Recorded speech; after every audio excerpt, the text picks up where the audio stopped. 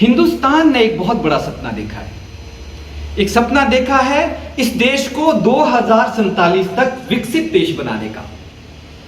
और इस सपने के साथ अगर मैंने, आपने, इस देश के युवाओं ने, इस देश के हर बच्चे ने वैसा ही सपना नहीं देखा, एक ऊंचा सपना, एक बड़ा सपना, तो हम कहीं ना कहीं पिछड़ जाएंगे। और आज हम बात करने वाले हैं कि कौन से वो चैलेंजेस होंगे अगर हमने अपने सपने को इस देश के सपने के साथ नहीं बनाया। मुझे पूरा यकीन है कि जो सपना हमारी सरकार ने, इस देश के हर युवाओं ने देखा है, 2047 तक वो सपना पूरा होगा। क्योंकि जिस हिसाब से आप लोग जिस हिसाब से इस देश का एंटरप्रेन्योर, जिस हिसाब से इस देश का युवा, जिस हिसाब से इस देश का स्टूडेंट, जिस हिसाब से इस देश की गवर्नमेंट काम कर रही है, तो इसमें कोई भी डाउट नहीं है कि हम वो सपना अचीव नहीं कर पाएंगे।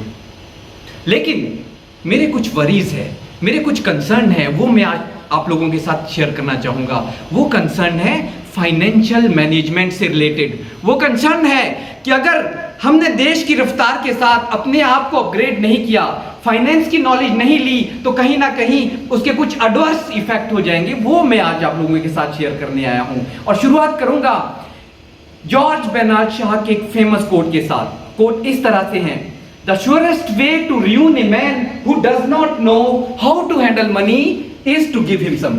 इसका कहने का भाव है कि अगर आपने किसी आदमी को बर्बाद करना है, आपने किसी ऐसे आदमी को बर्बाद करना है जिसको यह पता नहीं कि पैसे को कैसे हैंडल करते हैं, तो उसको कुछ पैसा दे दो। हमारे बुजुर्गों ने भी कहा है कि अगर पैसा कमाना उतना मुश्किल नहीं है जितना उसको खर्च करना है। जैसे जैसे देश तरक्की करेगा वैसे वैसे पर कैपिटा इनकम बढ़ेगी। और अगर लोगों के हाथों में ज्यादा पैसा आएगा और अगर लोगों को पता ही नहीं हुआ कि उस पैसे को कैसे खर्च करना है, तो लाजमी है कि उनके जो एक्शन है वो गलत होंगे। वो हमारे घरों के बच्चे जो है नशे की ओर अग्रसर हो जाएंगे, जुआ, इस तरह की बुरी आदतें उन लोगों में आ जाएगी। तो इसलिए दोस्तों, जैसे जैसे देश तरक्की करेगा, इस समाज के मीडियम वर्ग के और लोअर मीडियम वर्ग के लोगों पर हमें पूरा फोकस करना पड़ेगा। उनके बच्चों को फाइनेंस की एजुकेशन बहुत ही ज्यादा मैंडेटरी होने वाली है। तो इसलिए मैंने लिखा है कि ये नीड ऑफ द आवर है फाइनेंस की एजुकेशन होना। तो मेरी रिक्वेस्ट रहेगी इस देश की सरकार से, मेरी रिक्वेस्ट रहेगी इस देश के हर पेरेंट से कि अपने बच्चों को फाइनेंशियली इंटेलिजेंट बनाएं। बच्चों के करिकुलम में फाइनेंस के सब्जेक्ट्स जल्दी से जल्दी डाल दिए जाएं ताकि इस तरह की कोई भी सिचुएशन ना आए। एक वर्ड मैं आप लोगों के साथ डिस्कस करने वाला हूं, वो है फाइनेंसोफोबिया। फाइनेंसोफोबिया, वो फोबिया, फाइनेंस से डर, जो डर मुझे है, आप सब लोगों को है। हमें लगता है कि फाइनेंस पता नहीं कौन सी बड़ी रॉकेट साइंस है, लेकिन फैक्ट ये है दोस्तों कि बहुत ही सिंपल लॉजिकल डिसीजन लेने होते हैं। बहुत ही सिंपल है फाइनेंस को समझना, और वो आगे आज हम इस प्रेजेंटेशन के बाद समझेंगे भी। और अकाउंट्स ऑफ फाइनेंस में हमें कंफ्यूज नहीं होना है। अकाउंटिंग रिलेटेड है डाटा से, डाटा कैप्चरिंग करना, फाइनेंशियल ट्रांजैक्शन का डाटा कैप्चरिंग करना, लेकिन उस डाटा के बेस पे इंटेलिजेंट डिसीजन लेना, उसको कहते हैं financial management. Ability to take financial decision is the financial management. Generally हम लोग सोचते हैं कि जो अकाउंट्स वाले लोगों का काम है फाइनेंस की नॉलेज होना, लेकिन ऐसा नहीं है। इनफैक्ट तो यह है दोस्तों कि जो अकाउंट्स वाला आदमी है उसने तो सिर्फ ट्रांजैक्शंस को रिकॉर्ड करना है, लेकिन उसके बेस पे ऑर्गेनाइजेशन के हर इंडिविजुअल ने, ऑर्गेनाइजेशन के हर लोग, मेरी और आपकी तरह हर इंसान ने जो डिसीजन लेना है उस डाटा के बेस पे।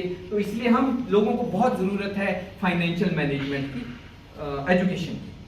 मैंने पिछली वीडियो में आपको प्रॉफिट एंड लॉस अकाउंट के बारे में भी बताया, तो मैं बहुत शॉर्ट में यहां भी बताऊंगा कि हर ऑर्गेनाइजेशन को चाहिए कि वो हर मंथ अपना प्रॉफिट एंड लॉस अकाउंट बनाए। एक तरफ अपनी इनकम रिकॉर्ड करे, दूसरी तरफ अपने सारे खर्चे, कुछ खर्चे फिक्स्ड कॉस्ट हो सकते हैं, कुछ वेरिएबल कॉस्ट हो सकती हैं, वो सारी ट्रांजैक्शन वो रिकॉर्ड करें और उसके बेस पर पे अपना हर मंथ चेक करें कि उनको क्या प्रॉफिट आ रहा है, क्या एबिटा आ रहा है। ये बहुत जरूरी होगा हर ऑर्गेनाइजेशन के लिए। उसी तरह कुछ बातें जो बहुत ही ज्यादा इंपॉर्टेंट है, माइंड में रखने वाली है, वो ये है कि दोस्तों हम यहाँ पे, हम ऑर्गेनाइजेशन में काम करने आए हैं, अब ना सिर्फ अपनी सेल्स को बढ़ाने के लिए, बल्कि अपने प्रॉफिट को बढ़ाने के लिए। कई बार मिसप्लेस्ड फीलिंग हो जाती है सेल के फिगर को देख के कि बहुत अच्छी सेल होगी, लेकिन हम लोग प्रॉफिट की कैप्चरिंग और प्रॉफिट की मॉनिटरिंग उतनी अच्छी तरीके से नहीं करते, तो इसलिए मिसप्लेस्ड फीलिंग ऑफ सक्सेस हो जाती है कि बहुत अच्छी सेल है तो प्रॉफिट भी बहुत अच्छा होगा। लेकिन ऐसी भी सिचुएशन हो सकती है कि बहुत अच्छी सेल होने के बावजूद भी प्रॉफिट नहीं आ रहा, तो इस बात को हमेशा ध्यान में रखिए। तो finally we are in the business to create profit, not only in the business to create sale. अब बात करेंगे बहुत शॉर्ट में बैलेंस शीट की। बैलेंस शीट एक पर्टिकुलर डेट पे आप अपनी चेक कर सकते हो। जिस तरह ऑर्गेनाइजेशन बैलेंस शीट बनाती है अपनी हेल्थ को चेक करने के लिए, उसी तरह इस देश के हर परिवार को, इस देश की हर हाउसवाइफ को अपने घर की बैलेंस शीट बनानी पड़ेगी। अपने घर का प्रॉफिट एंड लॉस अकाउंट हर महीने देखना चाहिए, बनाना चाहिए, आदत डालनी चाहिए, ताकि हमें पता चले कि हम सही मार्ग पे है या नहीं है। कि बैलेंस शीट आखिर बनाते कैसे हैं।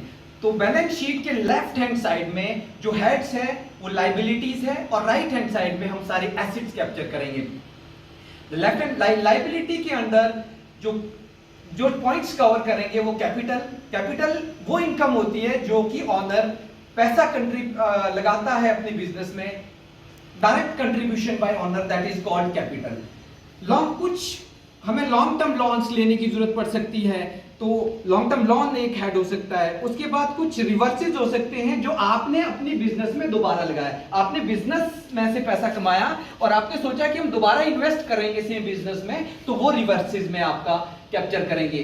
कुछ करंट लायबिलिटीज के अंदर क्रेडिटर्स, आपने उधार में सामान लिया है तो वो क्रेडिट, उनको बोलते हैं क्रेडिटर्स, कि उनका पैसा खड़ा हो सकता है तो वो क्रेडिटर्स होंगे। कुछ बैंक के ओवरड्राफ्ट आप लोगों ने लिए हो सकते हैं, कुछ प्रोविजंस हो सकते हैं एम्प्लॉय बेनिफिट के लिए, और कुछ पेएबल बिल्स हो सकते हैं। तो ये हेड्स है जो आपको लायबिलिटी के अंदर आते हैं और आपको इसको कैप्चर करना है। उसी तरह से एसेट साइड में अगर देखें तो आपने यहां पे पैसा रेज किया और यहां पे पैसा खर्च किया। जो पैसा आपने लायबिलिटी में रेज किया वो पैसा आपने एसेट बनाने में खर्च किया। आपने अपना पैसा लगाया या बैंक से पैसा लिया, उससे आपने बिल्डिंग बनाई, उससे आपने मशीन खरीदी। उस टाइम के with the duration of time उसकी मशीन की कुछ वैल्यू कम होगी, उसको डेप्रिसिएशन कहते हैं, वो आपको माइनस करना पड़ेगा। आपने लैंड में कुछ पैसा खर्च किया होगा, आपने कुछ जो माल बेचा है उसका कुछ पैसा आने वाला है, वो डेप्टर्स आपके हैं, वो आपको रिकॉर्ड करना पड़ेगा। आपके पास कुछ बैंक बैलेंस भी होगा, कुछ इन्वेंट्री आपके शॉप फ्लोर पे होगी, आपके गोडाउन में होगी, लॉन्स और एडवांसेस कुछ आपने इंप्लॉइज को अपने दिए होंगे, और आपके कुछ डेफर्ड टैक्स एसेट्स हो सकते हैं और कुछ इन्वेस्टमेंट हो सकती है। तो आपने जितना पैसा इस साइड रेज किया उतना पैसा यहां पे आपने खर्च किया। बैलेंस शीट हमेशा आपस में बैलेंस करती है, इसलिए ध्यान रखें। अगर आपकी बैलेंस शीट बैलेंस नहीं कर रही, इसका मतलब कहीं ना कहीं आपने गलती किया बैलेंस शीट बनाने में। तो इसको बोलते हैं आपके करंट एसेट्स। ये आपके करंट एसेट्स है, और इन करंट एसेट्स से आपका बिजनेस चल रहा है, और ये आपकी करंट लायबिलिटीज है। करंट एसेट कितना होना चाहिए, करंट लायबिलिटी कितनी होनी चाहिए, आगे हम इसकी भी बात करेंगे एक हेल्दी बिजनेस के लिए। इससे पहले कुछ चीजों का ध्यान रखेंगे कि यहां पे जो आपने प्रॉफिट एंड लॉस अकाउंट जब भी बनाया तो आपको सिर्फ कंजम्पशन कंसीडर करनी है। कंजम्पशन शुड बी, आप लोगों को देने जा रहा हूं, less is bad more is worse. अगर कमी है पैसों की तो वो बात बहुत बुरी बात है, मींस आप अपने फाइनेंस को अचीव नहीं कर पा रहे हो, अपने फाइनेंशियल गोल को अचीव नहीं कर पा रहे हो। लेकिन अगर पैसा उससे ज्यादा आपके हाथ में है, लिक्विडिटी ज्यादा है, तो उससे भी ज्यादा सिचुएशन खराब है। ये समझने वाली बात है। अगर पैसा लिक्विडिटी आपके हाथ में ज्यादा है तो बहुत प्रोबेबिलिटी बढ़ जाती है कि आप एनपीएस क्रिएट करोगे, नॉन परफॉर्मिंग एसेट में आप अपना पैसा डालोगे। तो इसलिए अपने हाथ में आपके पास उतनी ही लिक्विडिटी रखे जितना बिजनेस को रन करने के लिए। उसी तरह हर इंडिविजुअल को के पास उसके बैंक अकाउंट में उतना ही सेविंग अकाउंट में पैसा होना चाहिए जितना उसको जरूरत है। उससे ज्यादा अगर होगा, उसने इन्वेस्टमेंट प्रॉपर नहीं की होगी, तो वो ऐसी चीजों में इन्वेस्ट करेगा जिसकी आज उसको जरूरत नहीं है, और जब उसको पैसे की जरूरत पड़ेगी तो उसके पास पैसे की कमी हो जाएगी। तो ये मंत्र है, मंत्र हमेशा याद रखिए, project earning should not be less than cost of the capital. जो पैसा आपने लगाया है बिजनेस में और जो उससे अर्निंग आप एक्सपेक्ट कर रहे हो वो कम नहीं होनी चाहिए। ये बेसिक प्रिंसिपल है बिजनेस का। Honours money is for more expensive than borrowed money. Generally हमें लगता है कि जो पैसा ऑनर्स ने हमारे बिजनेस में लगाया है, तो सीईओ जो कंपनीज के होते हैं उनको लगा कि ऑनर का पैसा तो बहुत फ्री में है जी, लेकिन ऐसा नहीं है दोस्तों। ऑनर्स की मनी, ऑनर का लगाया हुआ पैसा आपके बोरोड मनी, जो पैसा आपने बैंक से लिया है, उससे ज्यादा ही महंगा है। Are you getting my point? Yes sir. अगर नहीं समझ आया तो एक बार दोबारा कहूंगा कि अगर पैसा आपने बैंक से 12% रेट ऑफ इंटरेस्ट पे लिया है, तो ऑनर्स आपसे कम 24% एक्सपेक्ट करेगा, और उनको करना भी चाहिए, क्योंकि उन्होंने सारा रिस्क लिया है, पूरा पैसा उन्होंने लगाया है इस बिजनेस में, तो इसलिए वो ज्यादा एक्सपेंसिव है। बड़े ध्यान से हैंडल कीजिए, बड़े सेंसिबल तरीके से हैंडल कीजिए वो पैसा। Source of funds are eventually liability. जो भी पैसा आप रेज कर रहे हो, कहीं बैंक से पैसा ले रहे हो, ऑनर्स का पैसा आप इन्वेस्ट करा रहे हो, वो सारा मुफ्त का पैसा नहीं है, इवेंचुअली लाइबिलिटी होने वाला है। तो इसलिए बहुत ही समझदारी के साथ आप लोन ले, बहुत ही समझदारी के साथ आप पैसा इन्वेस्ट करें।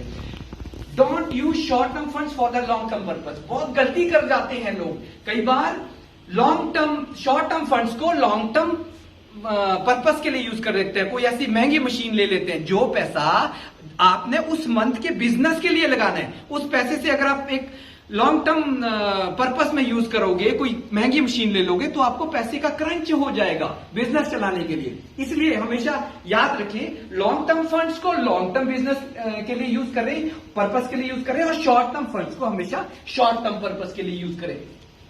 Cash in hand beyond what is necessary is non performing asset. मैंने पहले भी बताया, पैसा आपके हाथ में उतना ही होना चाहिए जितनी जरूरत है, उससे ज्यादा होगा तो आप आप उसको नॉन परफॉर्मिंग एसेट क्रिएट करोगे। एक मंत्रा दूंगा, करंट रेशियो आप अपने बिजनेस की देखते रहो। करंट रेशियो होता है current asset divided by current liability. जैसे हमने पहले देखा था बैलेंस शीट में कि करंट एसेट आपको पता हो जाएंगे जब रिकॉर्ड करोगे, करंट लायबिलिटी आपको पता हो जाएगी। वो रेशियो हमेशा 2:1 की होनी चाहिए या उससे ज्यादा होनी चाहिए। तो इसका मतलब ये है कि हमेशा करंट लायबिलिटीज आपकी कम होनी चाहिए और करंट एसेट एटलीस्ट डबल होना चाहिए, तो आपको कभी भी पैसों का क्रंच नहीं होगा। क्विक रेशियो एक और मैं फॉर्मूला दूंगा आपको। क्विक रेशियो आपका जो है एटलीस्ट 1:1 होना चाहिए। क्विक रेशियो का मतलब है कि आपका जो लिक्विड करंट एसेट है, लिक्विड करंट एसेट होता है कैश प्लस डेब्टर्स, वो डिवाइडेड बाय करंट लायबिलिटीज, वो एटलीस्ट 1:1 होना चाहिए। मतलब आपके हाथ में उतना पैसा होना चाहिए जितनी आपको बिजनेस रन करने के लिए जरूरत है। अगेन एक मंत्र दूंगा, हमेशा बिजनेस में कई बार अच्छा वक्त आता है और कई बार बुरा वक्त आता है, तो जब भी टाइम अच्छा हो तो फोकस करें अपनी डिक्रीजिंग वेरिएबल कॉस्ट को कम करने के लिए, और जब रिसेशन हो तो फोकस करें अपने फिक्स्ड कॉस्ट को कम करने के लिए। थोड़ा ध्यान से देखिए और एक बार फिर मैं रिपीट करूंगा, व्हेन टाइम इज गुड, जब काम अच्छा चल रहा है, बिजनेस अच्छा चल रहा है, focus should be on decreasing variable cost. उस टाइम आपको वेरिएबल कॉस्ट डिक्रीज करने पे फोकस होना चाहिए, और जब रिसेशन हो, बुरा वक्त चल रहा हो, तो आप और वेरिएबल कॉस्ट ऑटोमेटिकली डिक्रीज हो जाएगी, तो उस टाइम आपका फोकस जो है फिक्स्ड कॉस्ट डिक्रीज करने के लिए होना चाहिए। और आपको अपने बिजनेस का ब्रेक इवन पॉइंट पता होना चाहिए। ब्रेक इवन पॉइंट वो पॉइंट होता है जिसके बाद आपका प्रॉफिट स्टार्ट होता है।